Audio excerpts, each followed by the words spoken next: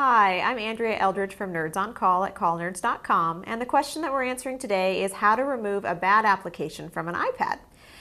There's a couple different ways to achieve this. If you're just looking to remove it from your iPad itself, you just press and hold the icon for the app that you're trying to remove, wait until the X's pop up, select the X. It's going to ask you to confirm that you do in fact want to delete that app. Choose delete, and it'll go away. So that gets it off your device itself. Now let's say that the application was just corrupted for one reason or another and you do want to go ahead and reinstall that back so that you can get a non-corrupted version of the software.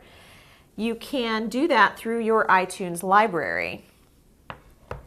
If you go here while you're syncing your device, select the iPad under your list of devices, choose the Apps tab and check back the little checkbox next to the application that you just removed from your device so that when you then go down and press sync down here, it'll reinstall that application on your iPad.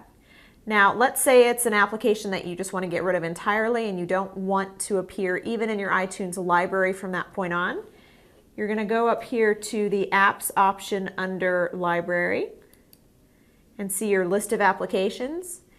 Find the application that you want to remove and delete it from here. It'll never be an option in your apps list again.